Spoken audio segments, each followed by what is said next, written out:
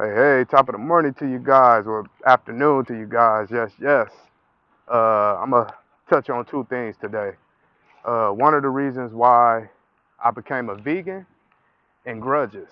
Um, One of the reasons why I became a vegan is because, um, well, it's actually three reasons why I became a vegan. My health, um, and because of my respect for nature, and, just because I want to feel better. Uh, Pretty much, I wouldn't eat anything that was once living and that is dead. Anything that once had a spirit or a soul, I will not consume.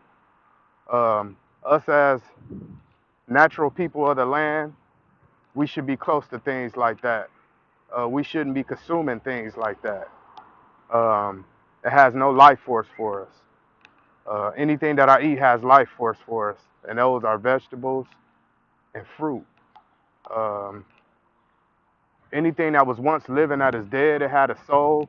So whatever happened to that animal before it got slaughtered is being passed through the meat and being passed through to you. So when you eating those slaughtered animals that humans slaughter and kill, all that pain, all that sorrow is being injected into you. Versus you eating some vegetables and fruit that's living, you're getting that great energy. You're getting that great protein. One thing people need to realize: being a vegan is a lifestyle. It's a spiritual thing. It's not just because people are doing it and you think that you should do it. You should do it because it's more so a spiritual thing, and that's what us spiritual people believe in, and that's what we should do. You see what I'm saying? I'm a very spiritual person now, so when it comes to me consuming anything, it has to be living.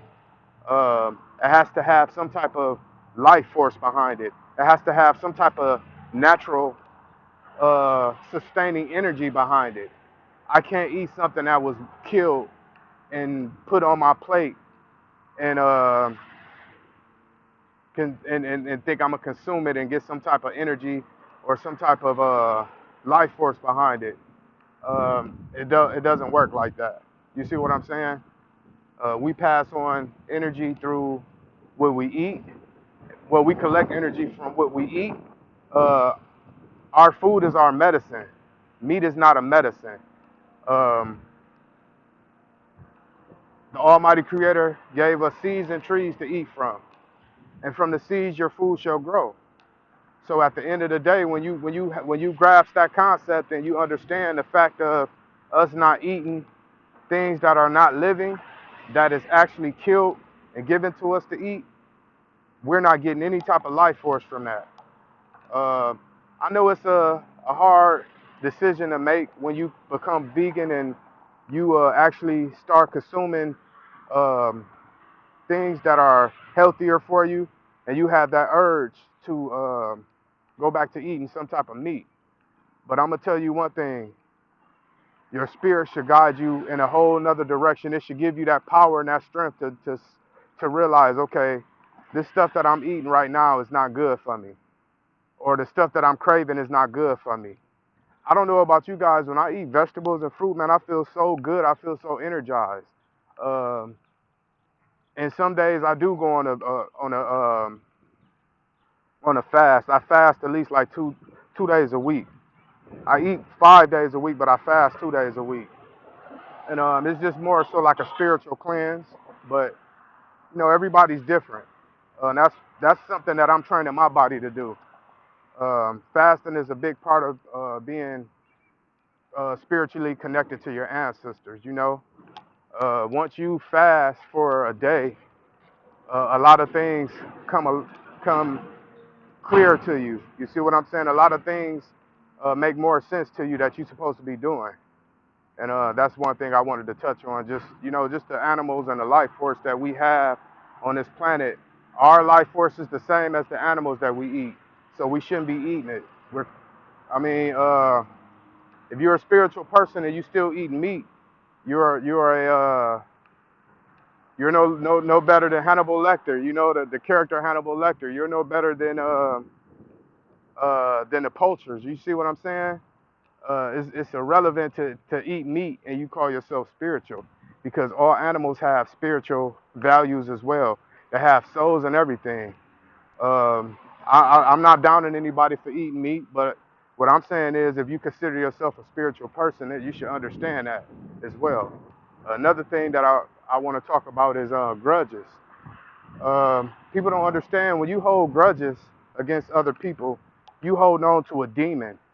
You hold on to a power box that person that you're holding a grudge has, that you're holding a grudge towards, have against you. You're giving them all the power because you're holding a grudge against them. They have all the power over you. It's a lot of things that I can hold grudges on when it comes to certain people, but I don't. I let it go because I don't want them to have that type of power over me. There's things that I went through and I experienced with family members. I don't hold grudges against them. I forgive them and I keep it pushing. You see what I'm saying? Because the more I hold a grudge and the more I get angry at them, it just gives them more power over me. Because every day when you hold a grudge, you think about that. You think about that moment, you think about that time, you think about whatever happened. You see what I'm saying? And once you continue thinking about that, you giving that nothing but power. You giving it all your power. And when you give that all your power, the person that you got the grudge against is collecting and eating it. And they're living their life. So why hold a grudge against somebody when it's easier to forgive and forget and move on with life?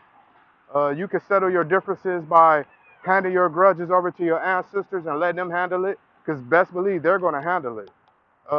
If not, you can hold on to that grudge box and carry it on your back, on your shoulder. Emotional luggage, I do not carry anymore. Emotional luggage gets heavy throughout the years because all you're doing is packing that luggage with emotional stress, problems, and situations that you dealt with throughout your life. So once you let go of that emotional luggage, man, it's a great feeling. I'm telling you. Leave it at the door. Leave it at the door of sorrow. Leave that luggage there. Let it fall. Let somebody else pick that luggage up and carry it.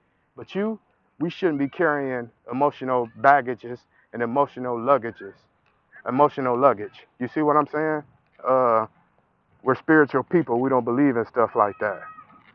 Um, like I said, just believe in yourself. Give it to your ancestors. Forgive and forget and let it go. I love you guys. Peace. Have a great day.